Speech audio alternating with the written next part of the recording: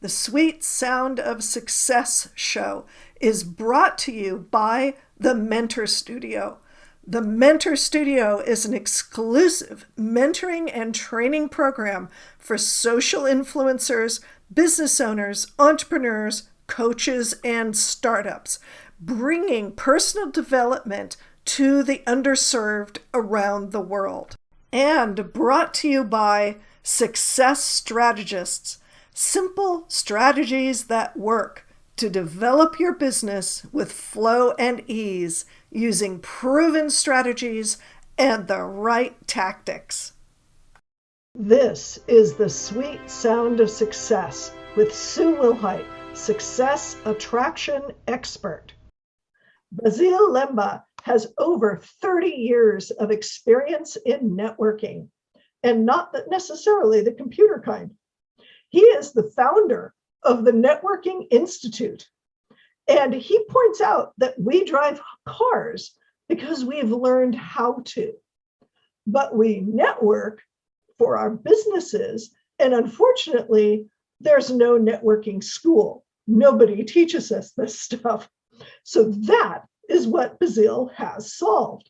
Now anyone can network as easily as they drive a car. Welcome, Basile. I love that analogy. I love that metaphor. And hopefully there's no panicked parents, right? When you learn to drive a car, there's always some teeth clenching that's going on. I'm imagining that networking gets a little bit easier than that. Oh, yeah. Driving is way more complex, way more dangerous than networking. Right. So for the benefit of the audience that has not encountered my show before, this is the dangerous territory.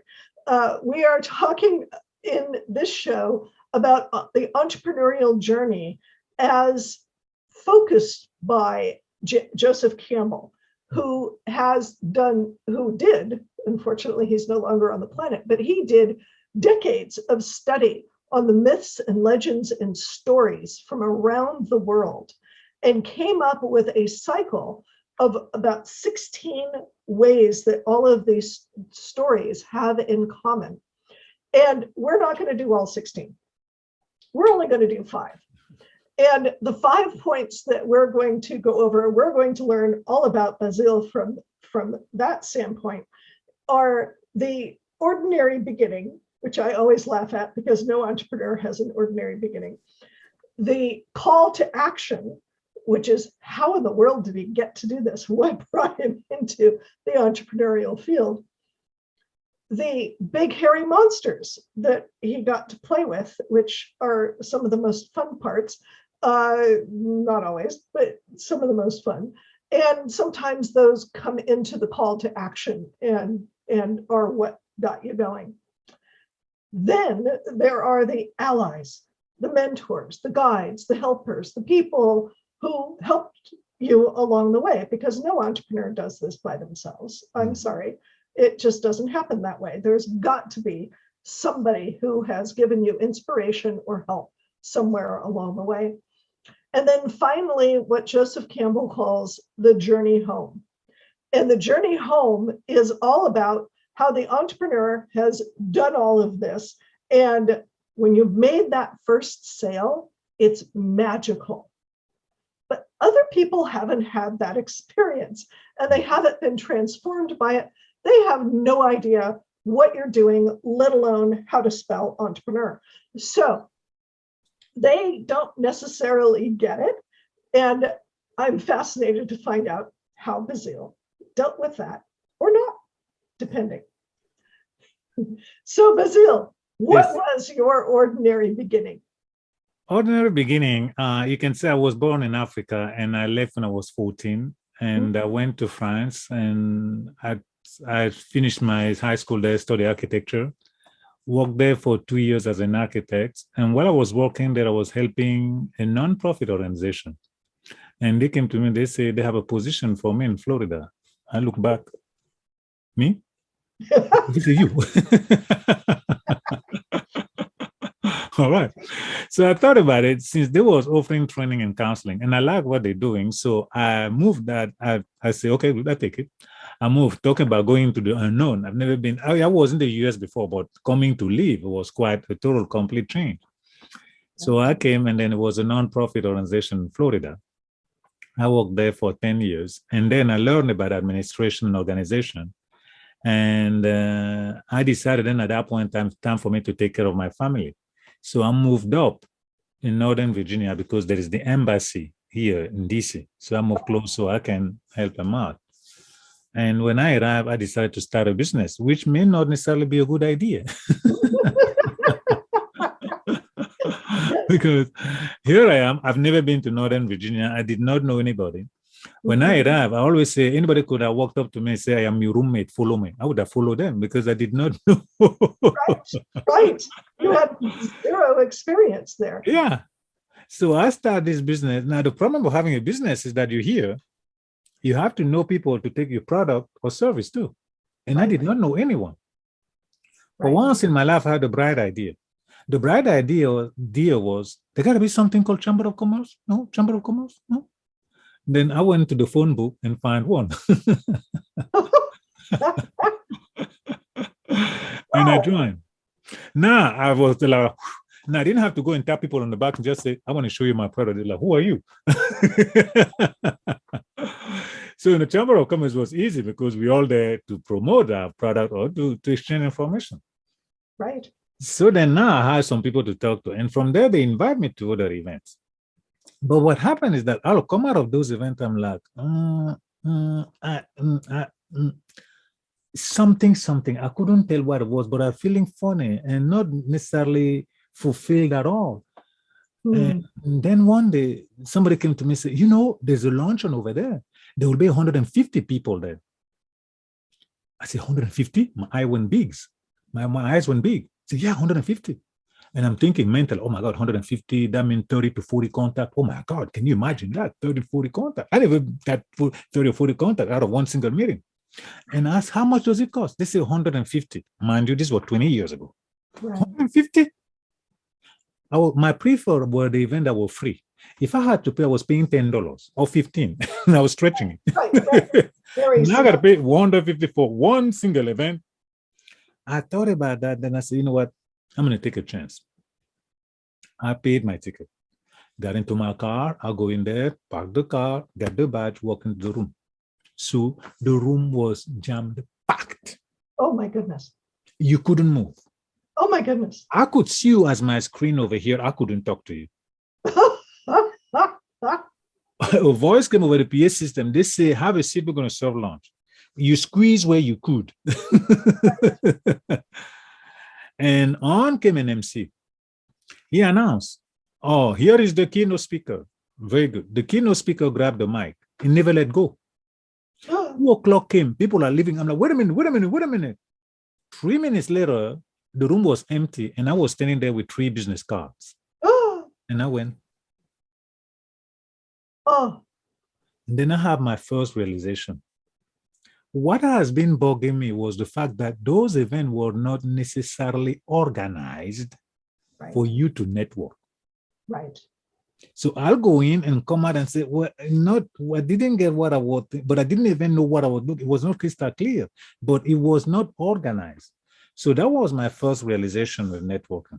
Right. It was there for the keynote speaker to make their pitch. Well, it was even more than that, because if you think about it, for the event producer, it was a payday. Right. The room packed, 150 a pop. He made a lot of money, but we as a guest, we didn't get much of anything. I mean, maybe the speech, if you want, but I was not going there for the speech. It was promoted as a networking event, i.e., the opportunity to meet people. And that's not what happened. Right. So that's what it come then down to me crashing. Oh, this is the problem. Right. So then I went to business people. I surveyed 20 to 30 business people. I say, ma'am, when you go to an event, what do you want to see happening? I wrote that down. What is that you don't want? I wrote that down. Mm-hmm. So I took what they wanted and I created a breakfast event with the things they want. I wanted people to go to a place, go and come out and say, you know what? I did go to a networking event today and I network. So I did that. And then two months later, it grew so rapidly that it became a full-time activity. So you took a big hairy monster, yeah, and made and turned it around and make it a pussycat. Yes, exactly. And then I started doing it. And one of the things that I did is that, because see, one of the things they said during the survey is that they wanted the opportunity to meet people. So I came up with the idea to have chairs facing against the wall, and I know the chairs facing. So I'll have half of the room sitting on one side and the other half sitting on the other side. One person will have a minute to talk to the other, and then I'll hit a gong, and then the other one will talk for 1 minute, and then I'll move them to the next, to the next, to the next. Yes. So you circled. Yes. Everybody got to talk to everybody. Yeah. So then not only you got the opportunity to talk to most people, but at the end of the event, I'll send to them the list of all attendees, name, phone number, email, and the name of the company. Right. You know, many a time I'll go and visit somebody, find out they printed the list and they was calling from it. So it was really bringing them in communication, connecting and communicating with one another. Right. So we started doing that. But that was really the beginning of the journey. Right. Because one day, then, while I have these people facing one another, one of them tell the other, I'm in renovation, I do kitchen and bath and everything else. And then he finished, and I hit the gong. And it was time for the opposite person to talk to them about what they do. And that person said, you know what, I did my kitchen 3 months ago. And they say nothing else. Right. The other one was upset. At the end of the breakfast event, they come to me and say, I told him what I do. And then when his turn to speak came, he also said, I did my kitchen, and say nothing else. And I realized, oh my God, they don't know how to network. No. That's what I started putting together based on everything that I learned along the way in the information about networking. In fact, I started a section at the breakfast event where I'll teach them how to network. Okay. And what do you know? People were coming to me and say, you need to write a book on networking. You need to make a course on networking. And I was like, excuse me? Because in my mind, remember, Africa, Europe, and here, I didn't know what they know. If I went to a bookstore or a library, I saw books wall to wall on networking. Why is that they needed another book? I couldn't understand. And then one day at the breakfast event, a lady came, she attended the event. At the end of the event, she comes to me, and I've been doing this now for a decade. I know the movie. At the end, everybody's smiling, high five, and everybody's happy, everybody's beaming. And she walked up to me and looked at me, and she said, I need to talk to you. Call me this afternoon. Oh. Okay. What I do is what they told me they wanted. How is that this woman could be upset? I couldn't understand. Over a decade now, nobody ever complained about anything. Right. So I went to that event at least 20 times in my mind. Did I say the wrong thing? Did I make a bad joke? What could I have said that upset that woman? Right. The pressure was so much so that at the afternoon, I called her just to get that over with. Oh. I called her. She was screaming. I have to keep the phone away. She said, do you know how much money I spend in networking? Do you know how much money I spend in networking organization? And nobody ever told me how to network. I went, I thought I killed somebody. I just didn't know it. Right. She was mad at everybody else who hadn't taught her. Yeah, she was mad. And I found she was a franchise consultant. And what they found is that they can sell franchise all they want, but if the guy cannot network, the franchise fails. So she has been, not just for her, even trying to solve the problem that she was having with client all along. And she walked into some meetings and finally somebody tells her what networking is. And that's where I understood that, oh my God, there is something here. And that's how I wrote a book and then start giving classes and everything else. Wow. That's a great story, because it's true. In business networking, you find, and I'm sure you talk about this, but you find either the people who are like the second half of that networking thing that you talked about, where all they say is, oh, here it is. And then they shut up and they don't say anything. Or the people who go on and on and on and on. And it's all about me, me, me, me, me, me, me, me. I'm the greatest. Oh boy, I'm the next Tony Robbins. You need to hire me. Oh, I am so great. And I don't care what you do. Here's 50 of my business cards so you can go and spread them. Mm-hmm. Right? Yeah. That's exactly what takes place. Yeah. And people don't get it about the value of networking is not about spreading business cards like snowstorms. But you know what? So we can't blame them. Right. I was just talking to somebody a few minutes ago. There is a deeper reason for that. I remember my uncle was a pilot. And when he was trained to become a pilot, we'll tell him, why don't you just take the 747 and go by yourself? And he said, no, it doesn't work that way. I got to learn the theory. I got to spend time with my instructors. And then maybe one day I become a co-pilot. And then maybe one day I become a pilot. And we went, we want to tell everybody, see, that thing, that's our uncle is taking that. That's what we wanted to tell and the neighbor. And similarly, I tell people, if you want to drive a car and you just stand up and you want to get into your car, somebody's going to stand between you and the car. He's called the police officer. Yes. He's going to ask you, do you have a driver license? If you say no, he say, you can get out of here. Yeah. Not a good thing. Not a good thing. Exactly. No, the point of it is, man trains thoroughly only when he sees danger as imminent. Right. In the case of networking, if you're standing up, you go to networking event, the police is not coming to say, do you have a networking license? They won't. Because in their mind, you network, whatever happened. Nobody's going to die. Right. Or nobody will get hurt. They might be bored to death. Mm-hmm. But they're not. Well, I guess it's okay with the police that you be bored to death. But dying, oh no, they can't have that. Right. So who were some of the people besides this wonderful woman who opened your eyes to the possibilities? Who were some of the helpers and allies that you had along the way? Well, I have have a lot of teachers along the way. The very first one really, and I like telling the story about from Africa to here, because I remember when I was a kid and I was swinging on one of the swing, and I stopped. And I told my mother, you know what? It was in December.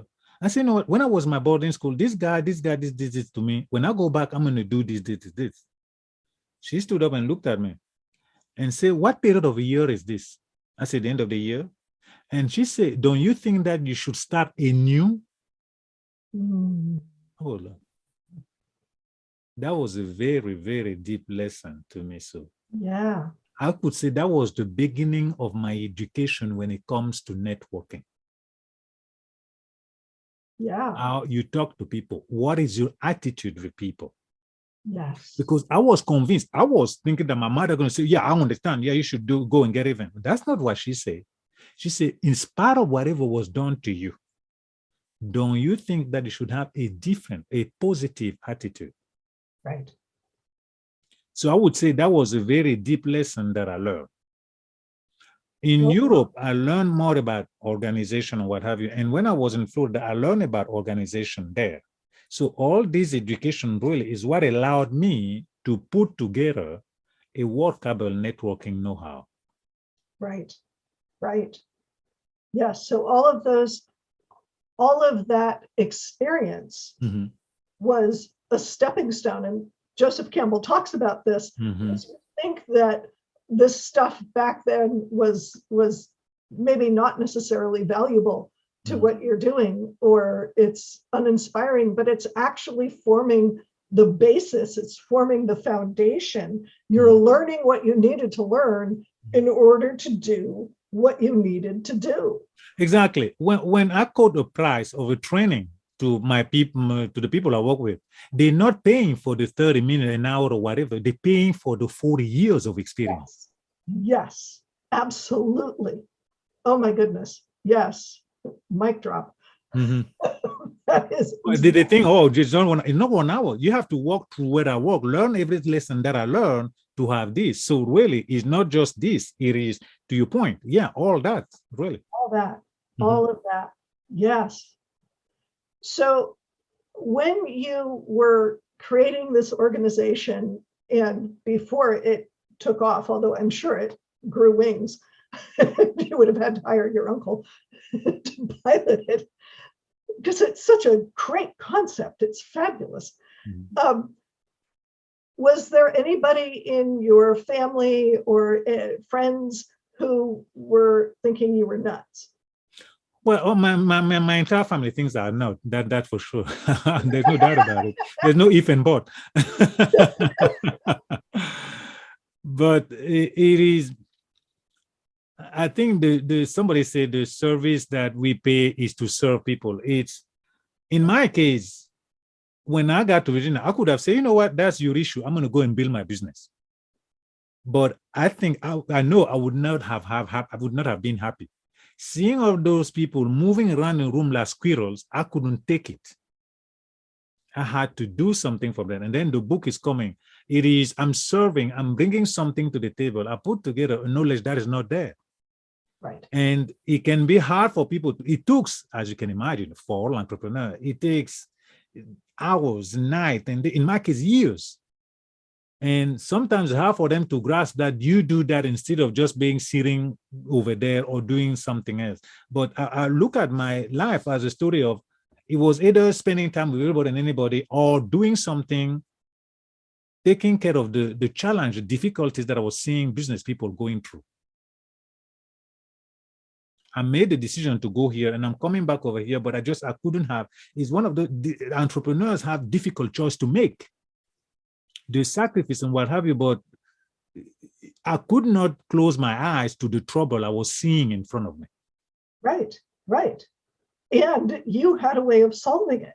Mm-hmm. So, you know, or you developed a way of solving it. Mm-hmm. So that it was useful and, as you said, of service to people. Mm-hmm. And that's really what it's all about, right?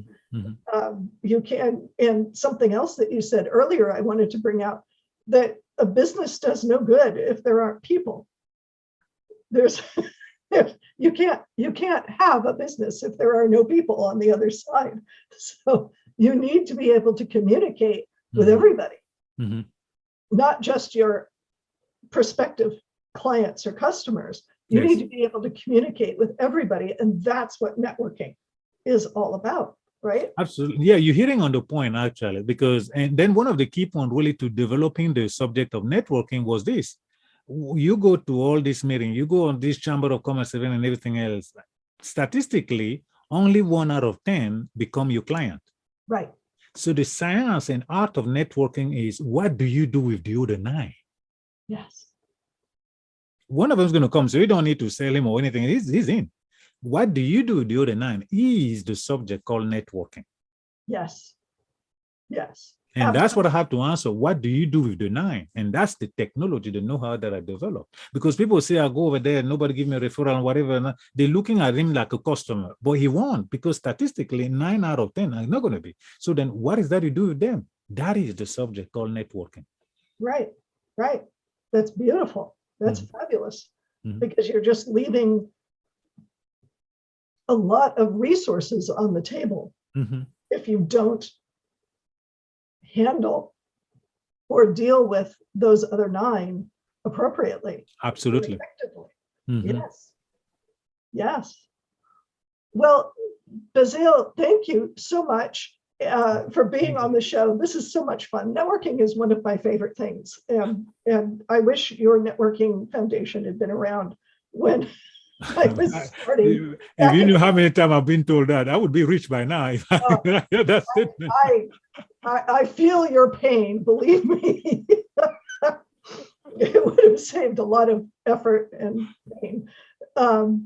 So I understand that you have an offer for my audience that is actually quite valuable. Yes, absolutely. We, at the end of 2018, I fully developed a workout networking know-how. It was done. It was up until now, the question I have to answer, how do we get it to other people?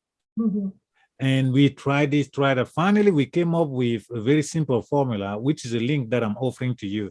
You go there, you can see a 50-second video, or we have, And then you can schedule an appointment where like that, give me the opportunity to find out what is that you need and where you're at.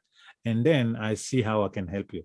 I'm very excited about that because now with that tools, we solve the problem is how do we get it to people? Yes.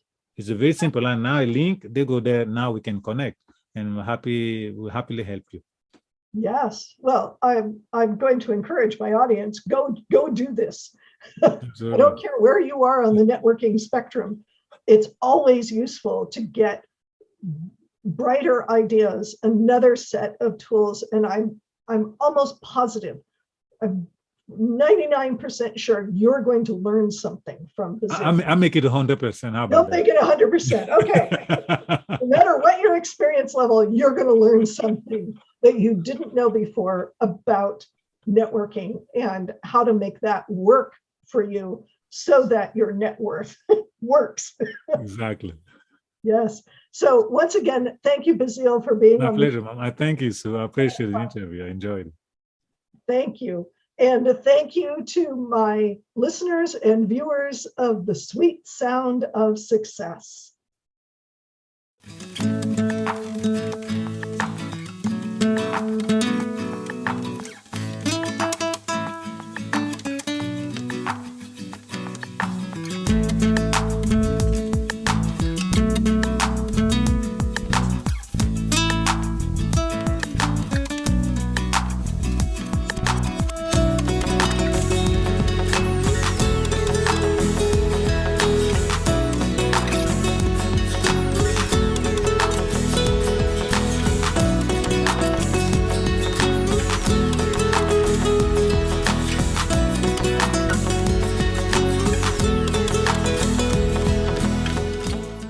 What are your dreams for your business?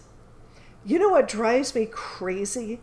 Really smart business owners denying their talents because they've been taught it has to be hard, because they've been taught that they don't deserve their gifts, that they're not worth anything.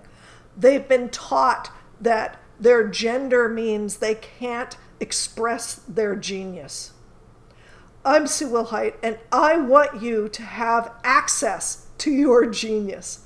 I want you to go out and rock the world with your genius. So I created the Call to Action Coaching Program. It's all about getting to the heart of you and what you've got to share with the world to make a profitable business that thrives and allows you to make a difference in the world. Click the link to sign up for the Call to Action Coaching Program today. Don't let your genius go unnoticed.